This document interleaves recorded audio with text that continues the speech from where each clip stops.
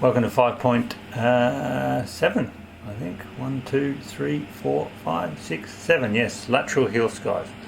Here we get the ultimate variation on the control that we want on the lateral heel of the device. And again, we give you the frontal plane, the sagittal plane, and the transverse plane angles that you can put in here, because that'll give you the, like I said, the ultimate control. There's no templates here, there's no pre-formatted design, it's exactly what you want every time, and you'll be able to check that in the print design before it's actually manufactured. So lateral heel skive, frontal, sagittal and transverse plane, and please remember to associate it with the heel cup height that you have here and what you think you'll see there.